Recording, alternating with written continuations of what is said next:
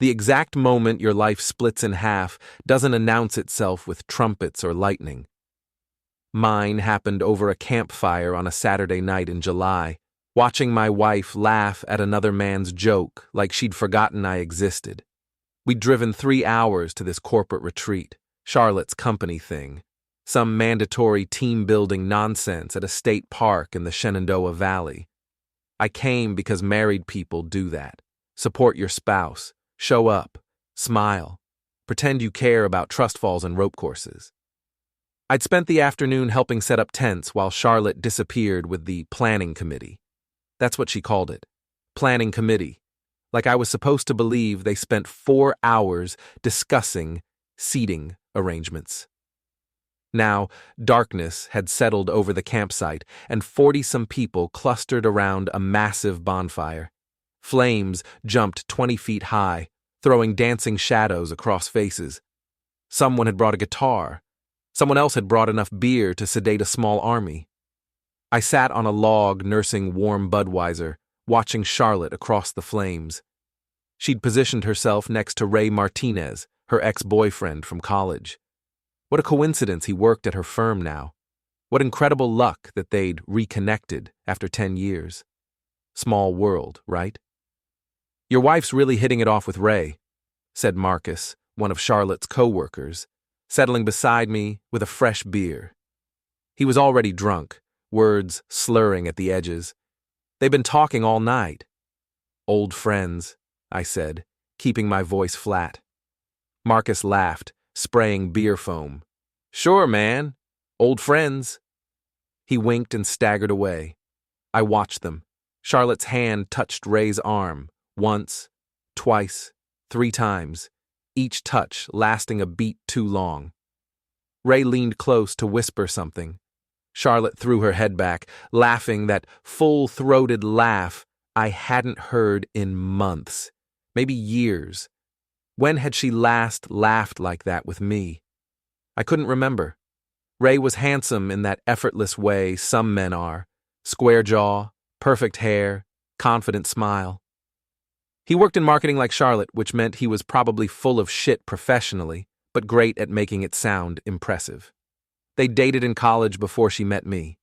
She'd told me it ended amicably. Just grew apart. No hard feelings. Right. Someone across the fire called out, "Hey Charlotte, how's married life treating you?" The group quieted, waiting. Charlotte's smile widened, that pageant smile she used for her parents. "Marriage, it's like this. Today it's here, tomorrow it's gone. Nothing's permanent, right?" Everyone laughed. Good joke. Very funny. So relatable. I felt something crack inside my chest. Not break. That would come later. Just crack. Like ice on a frozen lake when the temperature rises. Rey grinned and clinked his beer bottle against hers. "That's dark, Charlotte. I love it." Charlotte's eyes met mine for half a second across the flames, then slid away like I was part of the scenery, a tree, a rock, furniture. I stood up. "I'm turning in." Nobody noticed me leave except Marcus, who gave me a sympathetic look that made me want to punch him. In our tent, I lay in the darkness, listening to Charlotte's laughter drift through the night air. The guitar player had started singing something by Tom Petty. People were clapping along, drunk and happy, living their best lives. My phone buzzed. Work email. I opened it, then noticed Charlotte's phone charging beside my sleeping bag. She'd left it behind. Charlotte never left her phone behind. It was surgically attached to her hand most days. I picked it up. Her passcode was our anniversary, 08/12/2017. How sweet. How sentimental. The messages with Rey went back 4 months. I scrolled through them, my hands starting to shake. Photos, plans, hotel names, explicit descriptions of what they'd done and wanted to do again. My wife, my Charlotte, talking to another man, like I didn't exist. Like our marriage was a minor inconvenience she worked around on Thursday evenings. There were others too. Group chats where Charlotte and her coworkers discussed their affairs like fantasy football leagues, scoring, comparing notes, laughing about their clueless husbands. One message from her friend Olivia read, "God, the intimacy with Jake is incredible. Makes me remember why I got married, so I'd have something stable to come home to LOL." Charlotte's response, "Tell me about it. Ray knows exactly what he's doing. Dylan's so focused on his spreadsheets, he wouldn't notice if I came home with hickeys. Sometimes I think about just telling him, but why rock the boat? He pays half the mortgage and doesn't ask questions." I read everything. Every message, every photo, every casual joke at my expense. 4 months of my wife living a double life while I made dinner and asked about her day, like a faithful golden retriever. When Charlotte finally stumbled into the tent at 2 a.m., reeking of beer and campfire smoke, I pretended to sleep. She crawled into her sleeping bag and passed out within minutes, snoring softly. I stared at the tent ceiling until dawn, my mind perfectly clear and cold. The cracking ice had become a chasm. Monday morning, I went to work like nothing happened. I'm an analyst for a mid-sized insurance company. Boring, stable, forgettable. I process claims data, identify patterns, create reports nobody reads. It's the kind of job that makes people's eyes glaze over at parties. Perfect cover for what I was planning. At lunch, I drove to a law office across town. The attorney, Helen Prescott, had good reviews for divorce cases. Her website promised aggressive representation and protecting your interests. "What assets are we talking about?" she asked, pen poised over her legal pad. She was 50-ish, gray-haired, with the no-nonsense demeanor of someone who'd seen every dirty trick in the book. "House is in both names. We bought it 3 years ago. Currently worth about $300,000. We owe $220 on the mortgage. We have about $40,000 in savings, some retirement accounts. She makes more than me, works in marketing at Brennan and Associates downtown." "Annual income?" "She makes $80,000. I make $60. Any prenup?" "No." "Children?" "No." Helen nodded, writing notes. "Then it's straightforward. File for divorce, split assets 50-50, done in 6 months. Virginia's a no-fault state, so the affair doesn't matter financially unless you want to make it ugly." "I'm not ready to file yet," I said. "I need to prepare first." She looked up, studying me. "Mr. Morrison, waiting usually only benefits the other party. If she's having an affair and you have evidence, strike while the iron's hot. Every day you wait is another day she could be hiding assets or planning her own move." "I need 3 months. Can you draft the papers but hold them?" "That's unusual." "I'll pay the retainer today. 5,000, right?" She studied me for a long moment. "Your money, but I'm advising against it." "Noted." I paid in cash. When you're preparing for war, you don't leave a paper trail. Next stop, electronics store.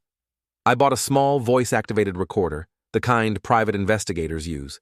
Cost me $300. Then a storage unit across town in a neighborhood I never visited, where I rented a 10x10 space and bought a filing cabinet from a secondhand store. That evening, Charlotte came home at 9 p.m. "Sorry, late meeting," she said, kissing my cheek. I smelled cologne that wasn't mine. Something expensive. Probably Ray's. "No problem. How was your day?" "Exhausting." She kicked off her heels and collapsed on the couch. "These client presentations are draining me. I need a vacation." "Maybe we could take a trip," I suggested. "Before summer ends. Remember we talked about going to the beach?" Charlotte's face did something complicated. Guilt, maybe, or annoyance at having to pretend. "Yeah, maybe. Let me see how this project goes." There was no project. Thursday, she'd be at the Marriott with Ray. Sure.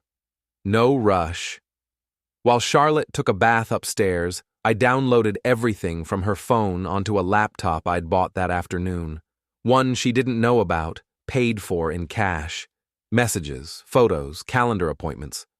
4 months of evidence, backed up to 3 separate flash drives I kept in my storage unit. Over the next 2 weeks, I became a ghost in my own life. I went to work, came home, made dinner, watched TV with my wife while she texted her lover. On Thursdays, Charlotte had late meetings. I knew she met Rey at the Marriott downtown, room 412, checking in at 7 and out by 10. Never later, she had a schedule to keep, appearances to maintain. I documented everything. Photos of her car in the Marriott parking lot, screenshots of her calendar, credit card statements showing charges at the hotel bar. I built a case that would stand up in court, in public, anywhere. But I wasn't planning to use it in court. On a Wednesday afternoon, I called in sick and followed them to lunch. They met at a small Italian place called Antonio's, a romantic spot with checkered tablecloths and candles. They shared pasta and wine, holding hands across the table. Rey paid, always the gentleman. They kissed in the parking lot before returning to work, a long kiss, his hands in her hair. I took photos from my car across the street, zoomed in, crystal clear. Charlotte's friend Olivia became my weak link. She was having an affair with someone named Jake from accounting, and she talked too much after wine. I engineered a chance meeting at a bar near her gym on a Friday evening. Dylan! Oh my God, what are you doing here? Olivia was already 3 drinks in, flushed and friendly, sitting at the bar in yoga pants. Meeting a friend for drinks. He's running late. Can I buy you a drink while I wait? 4 drinks later, Olivia told me everything. Not just about Charlotte and Rey, but about Rey's past, the real story Charlotte had never mentioned. So, Rey got totally fired from his last job, Olivia said, leaning close conspiratorially. Some pharmaceutical company, he was falsifying client reports, making up sales numbers to hit his bonus targets. They caught him and fired him without severance. Could have pressed charges, but didn't want the publicity. Really? I kept my voice casual, interested, but not too interested. Totally. Charlotte knew all about it. She helped him get hired at Brennan by vouching for him, leaving out the whole fraud thing. She told HR they'd dated briefly in college, but he was super qualified. Total lie. But Rey's hot, you know? Charlotte wanted him around. I ordered another round. How long ago was this? 6 months, right before he started at Brennan. That's when they reconnected on LinkedIn, or whatever. Olivia giggled. Charlotte always said she married you because you were stable and nice, but Rey was her real passion. She loves you, but she's not in love with you, you know? I knew. Rey's a player, though, Olivia continued. He told Jake, they're like gym buddies, that he's got another girlfriend in Boston he sees on business trips, some lawyer or consultant or something. Charlotte thinks she's special, but Rey just likes having options. That's rough, I said. Right? But whatever. We all know how this goes. Charlotte will get bored with Rey eventually, or he'll dump her, and she'll come back to being the perfect wife, and you'll never know the difference.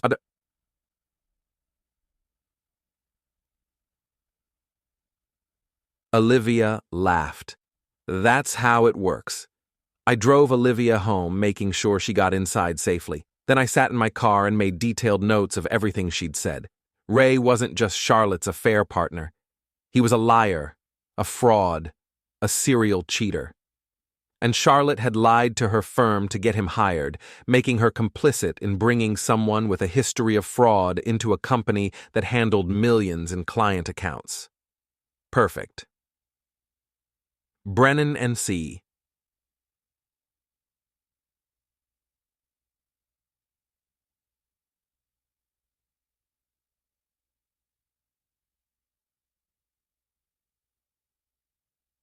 chate sorel. Held quarterly town halls where leadership discussed company performance, new clients, strategic direction. They were mandatory for staff, boring as hell, and recorded for remote employees. I knew this because Charlotte complained about them constantly. 3 hours of corporate speak and PowerPoint slides that could have been emails. The September town hall was in the main conference room at Brennan's downtown office. I'd never attended before. Why would I? But when I asked Charlotte if I could come as her guest, she seemed surprised, but pleased. Really? They're super boring. I'm curious about what you do all day, I said, smiling my harmless husband smile. Plus, I've never seen your office. Might be fun. She kissed my cheek. You're sweet. Sure, come along. Just don't fall asleep during Rey's presentation. Rey would be presenting the marketing division's quarterly results. I'd read his report. Charlotte had left it on her laptop, which I'd cloned 3 weeks ago using software a guy at work recommended. The numbers looked impressive on paper. 40% increase in client engagement, 25% revenue growth, 12 major new accounts. The kind of performance that earned bonuses and promotions, all falsified. I'd spent 3 weeks verifying every number against public records, client testimonials, industry databases. Rey had inflated figures, invented success stories, fabricated testimonials. Several major clients didn't exist at all, just corporate names he'd made up.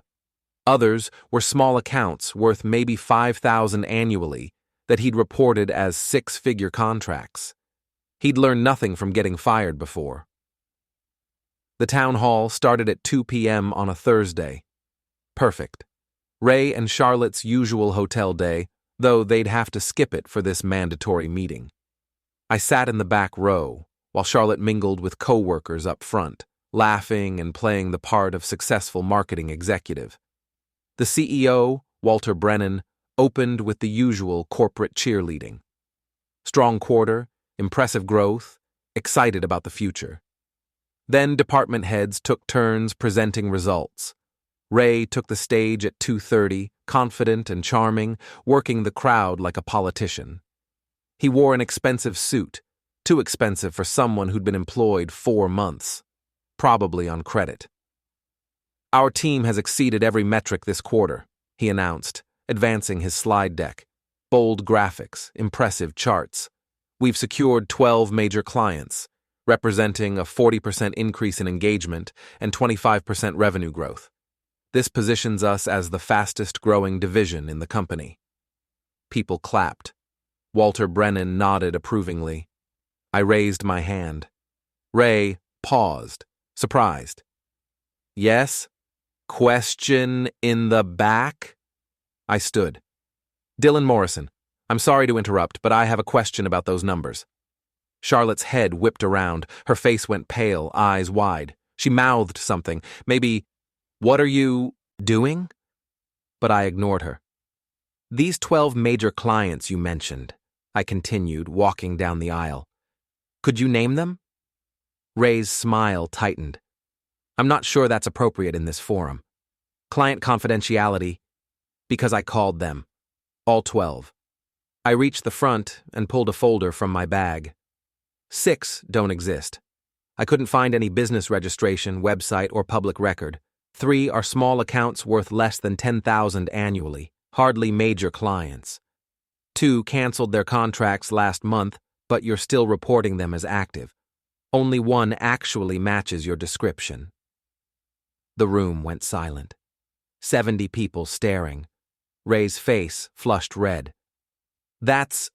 You must have incorrect information. Where did you even get? I have emails. I handed copies to Walter Brennan. From your previous employer, Textron Industries, detailing why you were terminated 18 months ago, for falsifying client reports and inflating sales numbers. Exactly like this.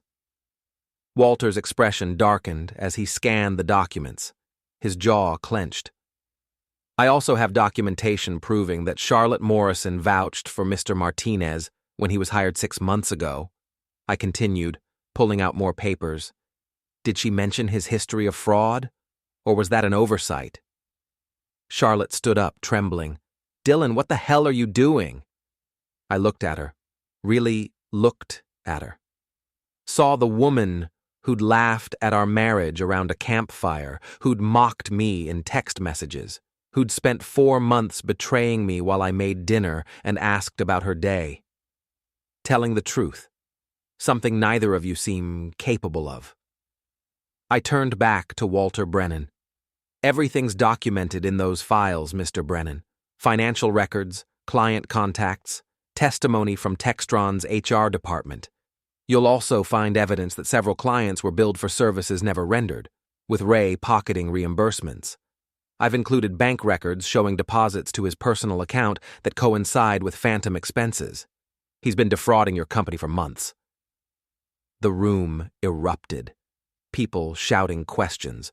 Rey yelling that I was lying, that this was personal. Charlotte crying, saying something I couldn't hear. I walked out. Behind me, chaos. Voices raised in anger and confusion. Charlotte calling my name desperately. Security being summoned. I walked to my car, got in, and drove away. My phone exploded with calls and texts. 23 calls in 15 minutes. I turned it off and drove to a park, where I sat by a lake and fed ducks stale bread I'd brought for exactly this purpose. Around 6 p.m., I turned my phone back on. 47 missed calls, 63 texts, 1 voicemail from Charlotte. You destroyed everything, my career, my life, everything. How could you? How could you do this to me? Call me back, please call me back. I deleted it and drove home. Charlotte came home at midnight. I was sitting in the living room, lights off, waiting in, my favorite chair with a glass of bourbon. You destroyed my career, she said from the doorway. Her voice was flat, shocked, hollow. Rey's been fired. Security escorted him out at 5. They're investigating me. HR called me in for 3 hours of questioning. I might lose my job. They're talking about criminal charges. You destroyed our marriage, I replied calmly. I figured we were even. She flipped on the lamp. Her makeup was smeared, mascara in black rivers down her cheeks, hair disheveled. She looked like she'd aged 10 years in 8 hours. You went through my phone. You followed me. You stalked us like some obsessed psycho. You're insane. I'm insane? I took a sip of bourbon. I'm not the one screwing my ex-boyfriend in hotel rooms every Thursday evening. She flinched like I'd slapped her. It just happened. We reconnected at a work conference and feelings came back and things got complicated. 4 months ago, June 15th. The Marriott downtown, room 412. 7 p.m. check-in, 10 p.m. check-out. Every Thursday like clockwork except when you had actual late meetings, which was rare. I know the exact dates because I documented all of them. Charlotte's face crumbled. She sank onto the couch like her strings had been cut. How long have you known? Since the campfire, when you told everyone our marriage meant nothing. Today it's here, tomorrow it's gone. I mimicked her voice, her casual dismissal. That was a joke. Was it? I leaned forward. Because your text messages tell a different story. Want me to quote them? Dylan's so focused on his spreadsheets he wouldn't notice if I came home with a hickeys. Sometimes I think about just telling him, but why rock the boat? Sound familiar? She started crying, deep, ugly sobs. I'm sorry, I'm so sorry. It was stupid and wrong and selfish, and I hate myself for it. Stop. I held up my hand. I don't want your apologies. They're meaningless. You're sorry you got caught. That's different from being sorry you did it. No, I'm genuinely sorry. I love you, Dylan. I never stopped loving you. You have a funny way of showing it. Please. She crawled across the floor toward me, actually crawled, mascara-streaked face desperate. We can fix this. Marriage counseling, therapy, whatever you need. I'll quit my job, we'll move, start fresh, somewhere new. What I need, I said quietly, is for you to leave. This is my house, too. Actually, it's mostly my house. I paid the down payment with my inheritance from my grandmother, $40,000. My name's first on the deed. But don't worry, I'm not vindictive. I'll buy you out. $30,000, half the equity we've built. My lawyer will send papers tomorrow. Charlotte stared at me like I'd grown a second head. You've already talked to a lawyer? When? Weeks ago. The day after the campfire, actually. I've been preparing for this conversation since July. So, this was all planned. The town hall thing, humiliating me in front of my entire company, ruining Rey's career, all planned. Revenge requires planning, I said. Otherwise, it's just emotional vomiting. She stood up, anger replacing tears. You're not this person. You're Dylan. Sweet, boring, conflict-avoidant Dylan who avoids confrontation at all costs. You don't do things like this. You're the nice guy who apologizes when other people bump into you. I was that person, I said quietly. He died at a campfire in July. You destroyed him when you told a room full of strangers that our marriage was disposable. That person who would quietly accept humiliation, he's gone. This is who's left. This is revenge. Petty, vindictive revenge. You're ruining my life because I made a mistake. No. Revenge would be irrational and emotional. This is consequences. You committed fraud, helping Rey get hired despite knowing his history. You made choices, now you live with them. Actions have consequences, Charlotte. That's not revenge. That's just how the world works. She grabbed her purse, hands shaking. I'm staying at my mother's. Good idea. I'll have the locks changed tomorrow. She paused at the door, turning back. Rey really got fired? Like, completely fired? Security escorted him out at 5 p.m. His credentials are revoked, his computer wiped, his office cleared. He's probably unemployable in this city now. Maybe the whole state. Fraud has a way of following you. Because of you. Because of him. The fraud was real, Charlotte. He's a criminal. You just didn't care because you were too busy sleeping with him to notice he was destroying your company from the inside. I hate you, she said. No, you don't. You hate that you got caught. There's a difference. She slammed the door hard enough to rattle the frame. I sat in the dark for another hour, sipping bourbon, feeling nothing at all. Not satisfaction, not vindication, not even anger anymore, just cold, empty peace. Charlotte's firm launched a full forensic investigation. I know because they called me 5 times requesting interviews. I declined politely each time, referring them to the documentation I'd already provided. Rey tried calling me once, 3 days after getting fired. I didn't answer. He left a voicemail, voice tight with rage. You're a vindictive little man, he said. You couldn't handle that Charlotte wanted someone better, someone more exciting than a boring insurance analyst. So you destroyed both our careers. That's pathetic. That's the most pathetic thing I've ever seen. But you haven't won anything. Charlotte loves me, and when this blows over, we'll be together, and you'll be alone with your spreadsheets. You'll die alone, Dylan. That's what happens to petty little men. I saved the voicemail, kept it as a backup. You never knew when recorded evidence of harassment might prove useful. Over the next 2 weeks, dominoes fell exactly as I'd predicted. Brennan and Associates confirmed Rey's fraudulent reports. They discovered he'd stolen approximately $40,000 through false expense reimbursements. They fired him without severance and referred the case to law enforcement for potential criminal charges. They launched an ethics investigation into Charlotte's role in hiring him. She was suspended without pay pending review. I filed for divorce on a Monday morning. Helen Prescott submitted the papers to Richmond Circuit Court, citing irreconcilable differences. Charlotte didn't contest it.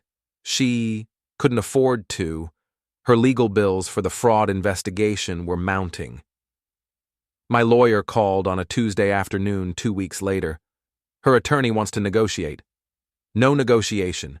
50-50 split of joint assets. She keeps her car and retirement account. I keep mine. She gets $30,000 for her share of house equity. Clean break. 6 months and done.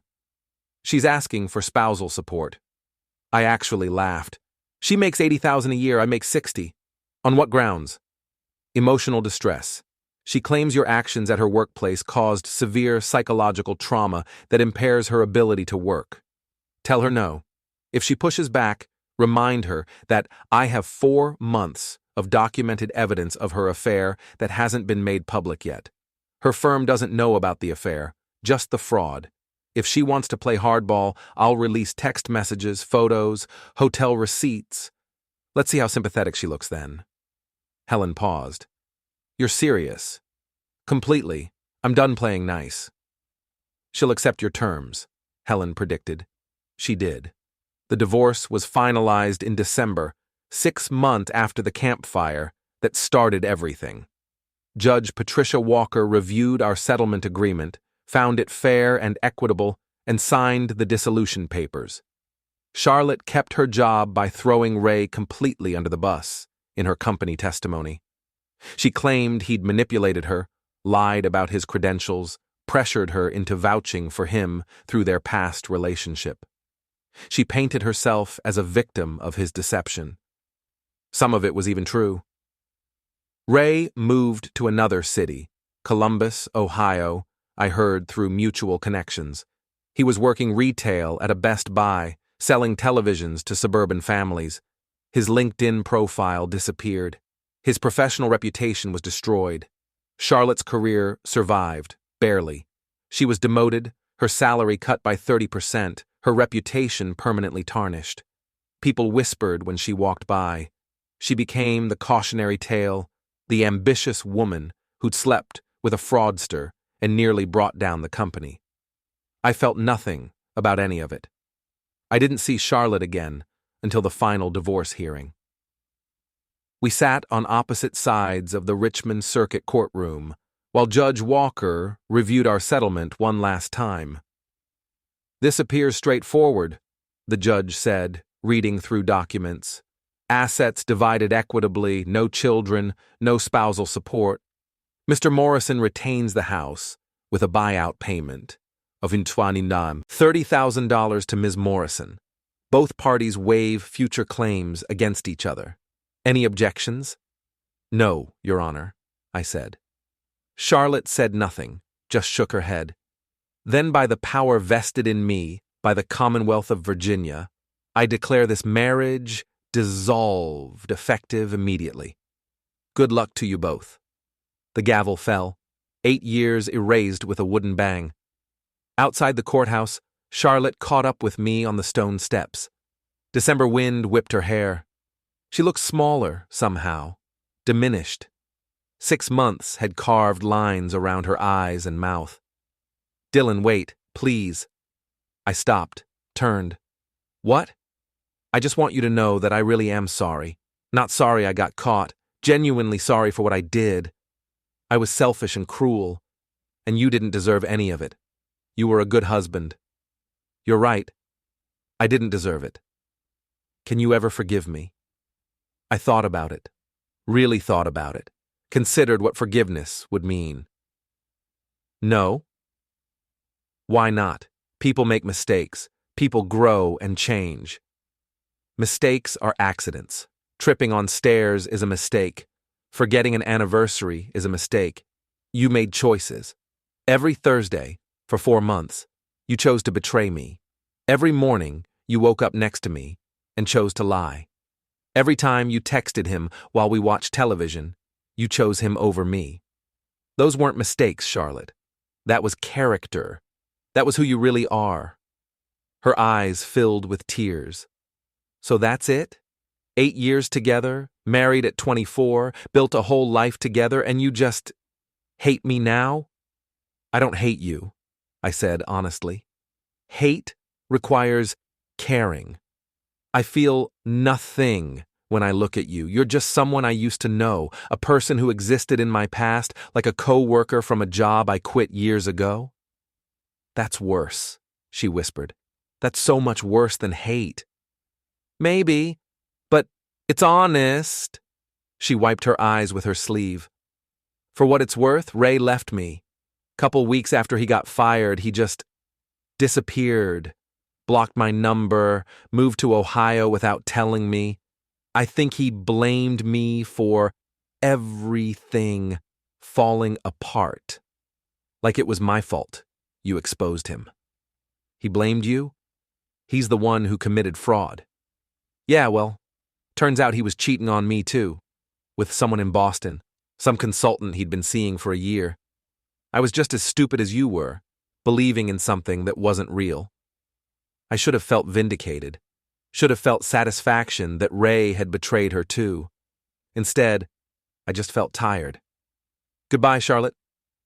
Dylan, goodbye. I walked to my car and drove away without looking back.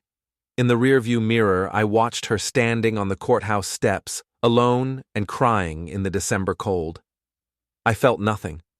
6 months after the divorce, I was sitting in my backyard on a Saturday morning in June, drinking coffee and reading the Washington Post. The house was quiet.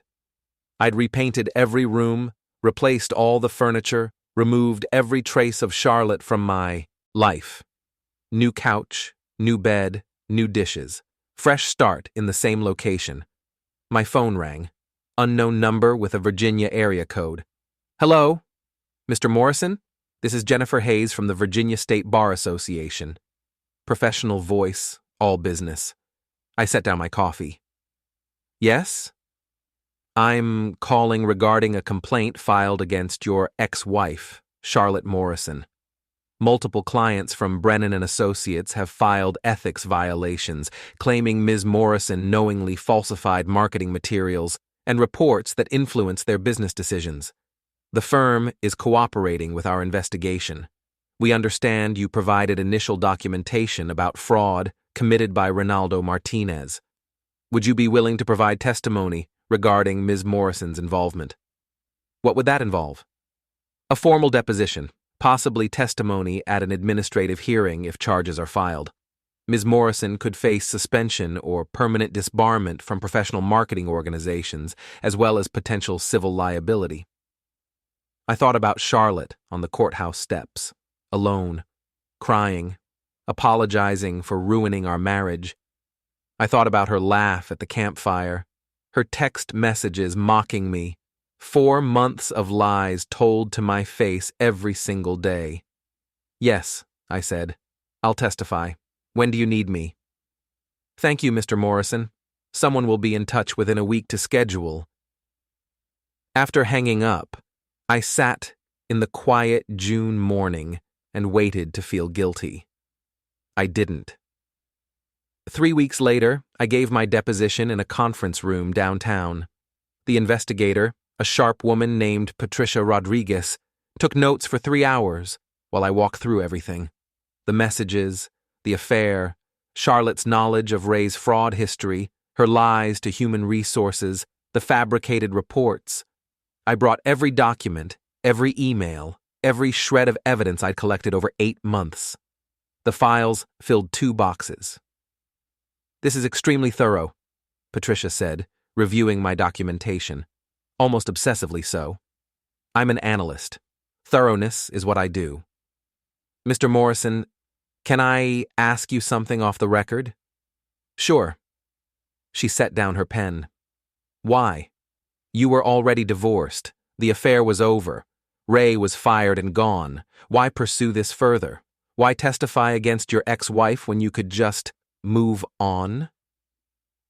I considered the question carefully, because she needed to understand that actions have consequences. Real consequences, not just temporary embarrassment. She thought she could betray me, help a criminal defraud her company, and face No real repercussions. She thought I'd be the nice guy who quietly accepted humiliation and moved on. I needed her to learn she was fundamentally wrong about that. Patricia studied me with sharp eyes. And now? Do you feel you've gotten justice? I don't know what justice feels like, I admitted. But I know what dignity feels like. And I have that back. That's enough. She nodded slowly. For what it's worth, I think your ex-wife made her own choices. You just held her accountable. There's a difference between revenge and consequences. That's all I wanted. Accountability. The state bar suspended Charlotte's professional certifications for 3 years. She lost her job at Brennan & Associates permanently. They couldn't risk keeping someone with her history, even in a diminished role. From what I heard through mutual acquaintances, she moved to North Carolina to work for a small startup, making half her previous salary. Rey vanished completely from my radar. No social media presence, no professional profile, no trace.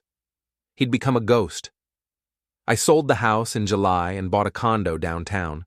Smaller, modern, with floor-to-ceiling windows overlooking the James River. Every piece of furniture was new. Every dish, every book, every towel, all mine. No ghosts, no memories of betrayal, clean slate. People at work asked what happened to my wife occasionally. Divorced, I'd say, and they'd nod sympathetically and change the subject. Nobody pushed for details. Divorce was common enough that it didn't require explanation. I dated occasionally, but nothing serious. Dinner here, drinks there, pleasant conversations that went nowhere. I wasn't ready for commitment. Maybe I'd never be ready. That was okay. Being alone wasn't the same as being lonely. On a Thursday evening in September, exactly a year after the town hall confrontation, I was walking home from the gym when I saw her. Charlotte. She was coming out of a Starbucks near my condo, laughing with a man I didn't recognize. They both held coffee cups. He had his arm around her waist. She looked lighter somehow, younger, wearing jeans and a casual sweater instead of her usual business attire. Our eyes met. She froze mid-laugh, coffee cup halfway to her lips. I nodded politely and kept walking. "Dylan? Wait!" She jogged after me, heels clicking on pavement. "Dylan, please." I stopped and turned. "Charlotte, Hi, how are you?" Her companion hung back near the Starbucks entrance, looking uncertain. "Fine, you?" "Good, better actually. I'm working in Charlotte now, the city, I mean. Funny coincidence with my name, right?" She laughed nervously. "I'm just visiting Richmond for the weekend, seeing my parents." "That's nice." She gestured back toward the coffee shop. "That's Michael. We've been seeing each other for a few months. He's a high school teacher, history, really sweet guy. I'm happy for you. Are you seeing anyone?" "Casually, nothing serious." We stood in awkward silence. A bus rumbled past. Someone's car alarm chirped. "I think about you sometimes," Charlotte said quietly. "About what I did, what I destroyed. I've been in therapy for 8 months now, trying to work through why I sabotaged something good. Why I hurt someone who didn't deserve it. That's good. Therapy helps. Dylan, I know you don't want to hear this, but I need to say it anyway. I'm genuinely sorry. Not for getting caught, not for the consequences, for hurting you. You were a good husband, and I threw that away because I was selfish and stupid and chasing something that wasn't even real. Rey was never what I thought he was. The whole thing was a fantasy I used to escape my own problems." I looked at her. Really looked at her. She seemed different. Older, yes, but also more honest, less polished. The corporate sheen had worn away, revealing something more genuine underneath. "I appreciate that," I said. "I hope you've learned from it." "I have. I really have. Michael knows everything. About Rey, about the affair, about what happened at Brennan. I promised myself I'd never lie to anyone again, especially not to someone I care about. Complete honesty, even when it's hard. Good luck with that. She smiled sadly. You're never going to forgive me, are you? I don't need to forgive you, Charlotte. I need to forget you. And mostly I have. Mostly? Sometimes I still remember the campfire, that joke you made about marriage being temporary, nothing permanent. That memory sticks around, probably always will. It was the moment I realized who you really were. She flinched like I'd hit her. I was such an asshole. That was the worst thing I could have said. Yes, it was. Michael had walked over now, hovering protectively near Charlotte. He was tall, bearded, wearing a college sweatshirt. He looked kind, normal, the kind of guy who probably coached Little League and volunteered at soup kitchens. Charlotte glanced at him, then back at me. Take care of yourself, Dylan. You too. I walked away. This time, I didn't look back. Behind me, I heard Charlotte say something to Michael, her voice breaking. He responded quietly, comforting. I kept walking toward my condo, feeling the September evening cool on my skin. The encounter meant nothing. It changed nothing. Charlotte was moving forward with her life, and I was moving forward with mine. Those paths would never intersect again. That was exactly how it should be. 2 years after the divorce, I was sitting in my usual coffee shop on a Sunday morning. Not the Starbucks where I'd run into Charlotte, a different place, a local roaster called Black Hand that served excellent Ethiopian coffee. I had a routine now. Sunday mornings, coffee, Washington Post, quiet contemplation, simple pleasures. My phone buzzed.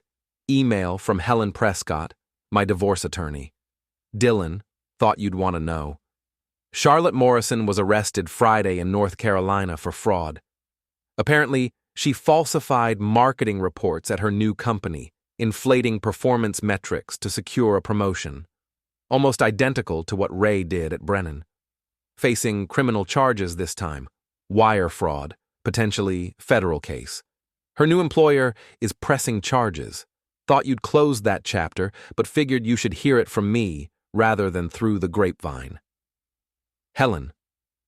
I stared at the email for a long time. Charlotte had learned nothing. She'd apologized, claimed therapy, promised to be honest. She'd looked me in the eye and said she'd changed, and then she'd done exactly the same thing that destroyed her career the first time. Some people never learn. Some people are fundamentally incapable of learning. They apologize beautifully, cry convincingly, promise sincerely. Then they do it again because it's who they are at their core. I deleted the email and returned to my newspaper. A woman at the next table glanced over. Mid-30s, attractive, reading a novel. Good news or bad news? I considered. Neither. Just confirmation. Of what? That I made the right choice 2 years ago.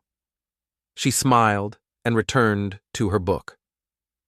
I noticed the title, something by Gillian Flynn. Gone Girl, maybe. Appropriate. I finished my coffee, paid, and walked out into the bright September morning. Somewhere in North Carolina, my ex-wife was probably sitting in a jail cell, finally facing consequences she couldn't charm or cry her way out of. I felt nothing about it. No satisfaction, no vindication, no schadenfreude. Just the quiet indifference of someone reading about a stranger's misfortune in the newspaper. Charlotte had burned down everything she touched. Her marriage, her career, her reputation, and now she'd done it again in a new city with a new company, proving that she was exactly who she'd always been. But she hadn't burned me. Not completely. The trusting husband who would have quietly accepted betrayal was no longer there. That version of me was left behind at a campfire 2 years ago. What remained was harder, clearer, more honest. I knew my worth now. I knew I deserved better than someone who would mock our marriage to entertain her coworkers while sleeping with her ex.